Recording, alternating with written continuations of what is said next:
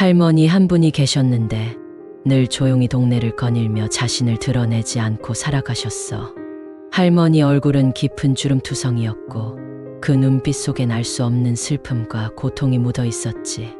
사람들은 할머니가 혼자 사는 외로운 분이라 생각하며 그냥 지나치곤 했지.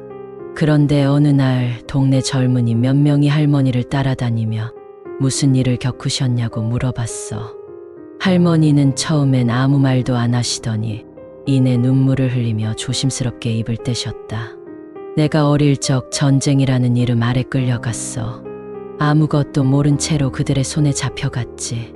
그리고 거기서 우리는 우리가 사람이 아니라 물건처럼 취급받고 우리의 이름 대신 번호로 불렸어. 매 순간 두려움과 고통, 그리고 살아남기 위한 굴욕 속에서 하루하루를 버텨야만 했지. 젊은이들은 충격의 말을 잊지 못했어. 할머니는 멍하니 어딘가 먼 곳을 바라보며 이어서 말씀하셨다. 그곳엔 수많은 소녀들이 있었어. 모두가 울부짖으며 집으로 돌아가고 싶다고 말했지만 아무도 우리 소리를 들어주지 않았지. 그저 살아남기 위해 서로를 의지하며 끝이 없는 어둠 속에서 하루하루를 견뎠어. 할머니의 얘기를 듣던 동네 사람들은 그날 할머니의 고백이 동네 전체에 퍼지며 큰 파장을 일으켰지. 사람들 사이에선 갑자기 과거에 대한 생각과 반성이 일어나기 시작했어. 우리는 왜 이 이야기를 이제야 들었을까? 왜 이런 역사를 제대로 배우지 못했을까? 사람들은 마음이 점점 무거워졌지. 그때 할머니가 마지막으로 아주 조용하지만 똑똑히 들릴 정도로 말씀하셨어.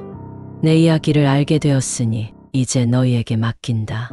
우리가 겪었던 일이 다시는 일어나지 않도록 진실을 잊지 않고 기억하며 앞으로의 세상을 변화시켜줬으면 좋겠다.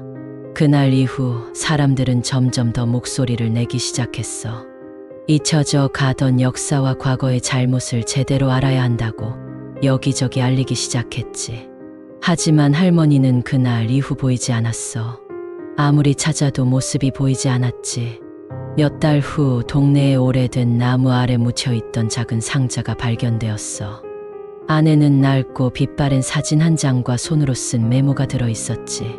사진 속의 소녀들은 서로를 부둥켜 안고 있었고 메모에는 이렇게 쓰여 있었어. 우리 모두 반드시 기억해 주세요. 그 순간 사람들은 알았어. 할머니는 눈앞에서 사라졌지만 그 메시지는 그들의 마음에 깊이 새겨졌다는 걸. 그날 이후 그 동네 사람들은 늘 기억 속에서 할머니와 과거를 떠올리며 잘못된 역사를 바로잡기 위해 노력했어. 그러나 매일 할머니 집 쪽에서 들려오던 그 조용한 발자국 소리만은 더 이상 들리지 않았어. 구독과 좋아요는 영상 만드는 큰 힘이 됩니다.